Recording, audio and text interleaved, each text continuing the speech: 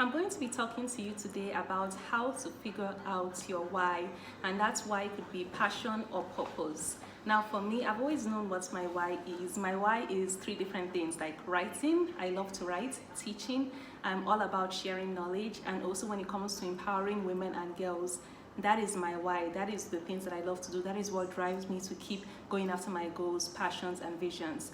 Now, if you're having difficulty figuring out your why, I want you to consider three things. What do you love to do? What are you willing to suffer for? And what feels bigger than you? So, number one, what do you love to do the most? What would you do even if nobody was paying you? I have always loved to write, like literally since elementary school.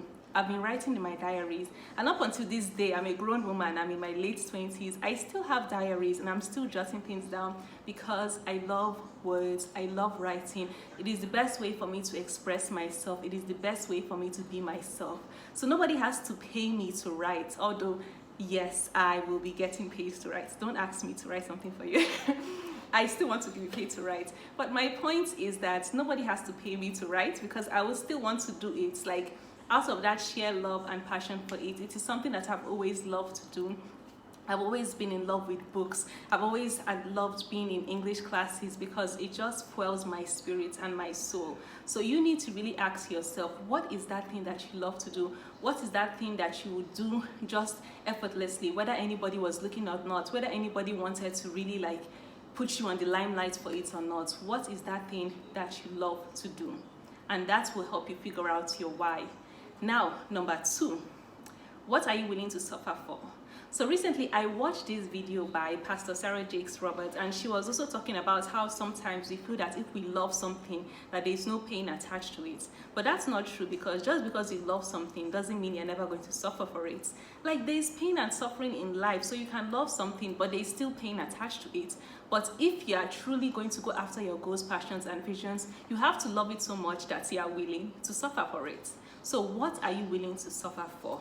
You have to really figure that out. For me, when it comes to my goals and dreams, I've always known that I wanted to do something around writing and content creation and teaching others, because whenever I hear really amazing knowledge, whenever I hear good information, like I just want to share it. I have to share it. I want to teach other people, and I've been doing it for a while now.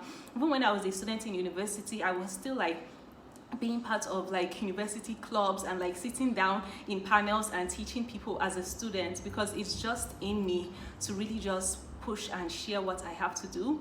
And it's not always easy when you want to like share information and share content. A few weeks ago, I had a live session with a content creator about overcoming challenges, because there are definitely challenges to creating content in Nigeria.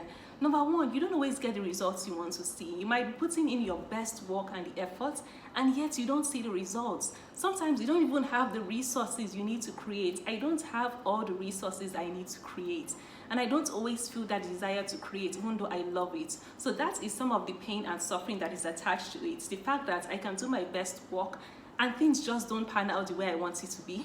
And also just the fact that I don't even have all the resources or money that I need to create. So that is the suffering attached to your passion and love. But the thing is that even though there is that suffering, there is that pain, there are days when I'm like, this is like, why am I wasting my time? There are days when I get that angry. But because I know this is my why, because I know this is my purpose, I am willing to suffer for it. I am willing to withstand the pain.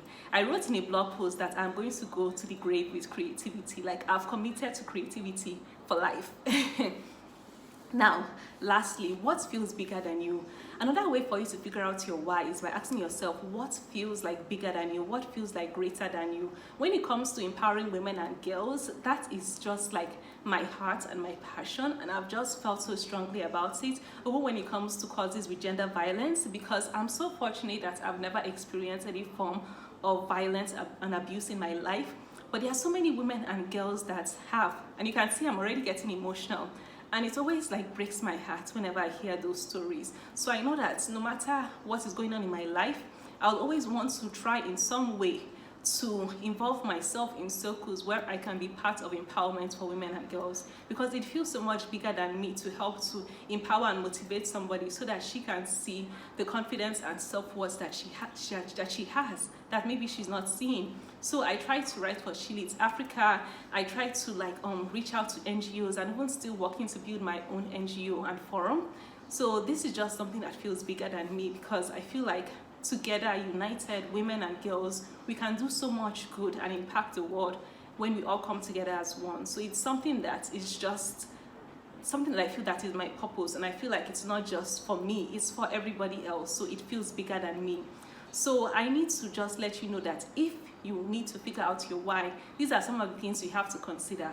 What do you love to do? What are you willing to suffer for? And what is bigger than you? So thank you so much for watching this video. I will see you in my next video. Thank you so much and take care. Peace out.